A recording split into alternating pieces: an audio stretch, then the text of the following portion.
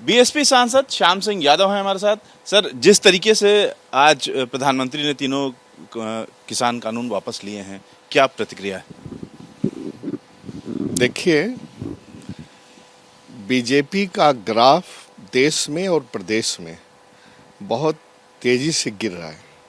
और आज जो ये कानून तीनों वापस लिए हैं, जिसको हम लोग काले कानून कहते हैं, इसके बाद और तेजी से गिरेगा।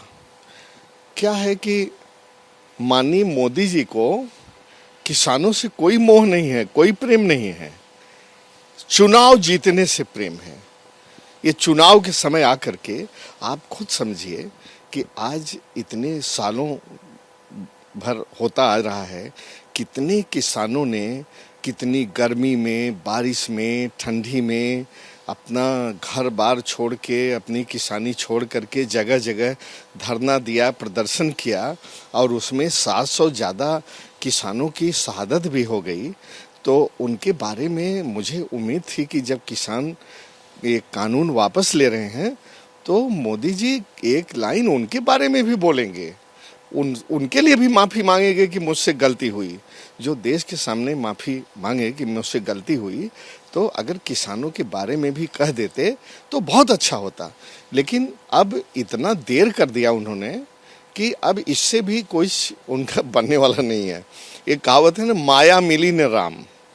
तो अगर इसी काम को पहले कर देते, किसान मरने से बच जाते। इतना देश का, प्रदेश का, हर जगह का आप जानते हैं कि मैनेज करने में, भीड़ को लाइन ऑर्डर वो करने में कितना पैसा खर्च होता है, वो भी बचता, और सबसे बड़ी हमारी किसानों की जान बचती। अगर तो चुनाव के लिए ही किया मान लीजिए, तो क्या पश्चिमी उत्तर प्रदेश में फायदा मिलेगा उनको अगले चुनाव में? देखिए, इसका कोई फायदा नहीं मिलेगा। तभी मैंने कहा ना कि माया मिली न राम, किया भी और इसका इनको फायदा भी नहीं मिला। अगर इस चीज को बहुत पहले कर देते तो इनको फायदा मिलता। अब तो देश का किसान क्या, आम आदमी समझ गया है कि इनके लिए सबसे ऊपर चुनाव है। चुनाव से ऊपर न देश की जनता है, न किसान है, तो न मजदूर है। सबसे ऊपर चुनाव जीतना है, चाहे भी किसी कीमत पर जीतो। लेकिन इसी को सोच करके हम लोग यही सोचते हैं कि इसी को सोच करके इन्होंने वापस लिया है, और इसका उनको कोई फायदा नहीं होने वाला है। क्या किसानों को अपना आंदोलन वापस लेना चाहिए इस आश्वासन के बाद?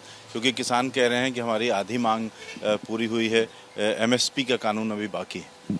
देखिए, ये बड़ा देश का दुर्भाग्य है कि आज तक आपको याद होगा, चाहे कितने भी प्रधानमंत्री हिंदुस्तान की आज़ादी के बाद हुए हैं, गांव-गांव में किसी प्रधानमंत्री को अगर आप हकीकत से वाकिफ होंगे तो जनता, गांव की आम जनता झूठा, फेंकू, तमाम इस शब्दों से संबोधित नहीं किया किसी प्रधानमंत्री को। ये तो उनके अपने गिरेबान में झांक कर देखना चाहिए कि एक तरफ तो यशस्वी प्रधानमंत्री कहते हैं सत्तारूढ़ वाले, अरे भाई कैसे यशस्वी हैं जब देश की आम जनता, गांव की आम जनता उनको झूठा, फेंकू और इस तरह से संबोधित करेगी, तो उसको कैसे यशस्वी? केवल सत्ताधारी पार्टी के एमएलए, एमपी और मिनिस्टर्स के कह देने से कोई यशस्वी नहीं हो जाता। और जो कहते हैं कि देश में बड़ी ख्याति बढ़ी है, ऐसा कुछ नहीं है। आपको बुखार होता है तो उसका मेजरमेंट बैरोमीटर से होता है ना। आपको कोई इस तरह की चीज़ होती है, टेम्परेचर है उसका भी मेजरमेंट होता है, पानी कितना है उसका भी एक यूनिट है।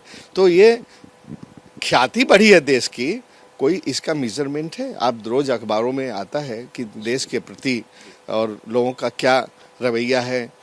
नेपाल भी, उनके जो हिंदू राष्ट्र कहा जाता था, नेपाल भी चीन के खेमे में कूद गया है। बांग्लादेश भी कूद गया है पूरा, थोड़े दिन के लिए दिखा रहा है अपनी दोस्ती। जब इन्होंने 71 में बांग्लादेश के लिबरेशन के समय जो किया था, तो शेख हसीना दीदी जी थोड़े दिन के लिए दिखा रही हैं, लेकिन आगे आने वाले दिनों में वो भी कूद करके चाइना की गोद में बैठ जाएगा। और चाइना और पाकिस्तान दोनों तलवार लिए पहले ही बैठे हैं। चूंकि यूपी चुनाव का सामने है तो बीएसपी का ये कहना है कि जो तीनों कानून वापस लिए हैं प्रधानमंत्री ने वो चुनाव को देखते हुए लिए हैं, लेकिन उत्तर प्रदेश चुनाव में बीजेपी के लिए ये माया मिली न राम वाली स्थिति है। Ravikant, ABP news, Delhi.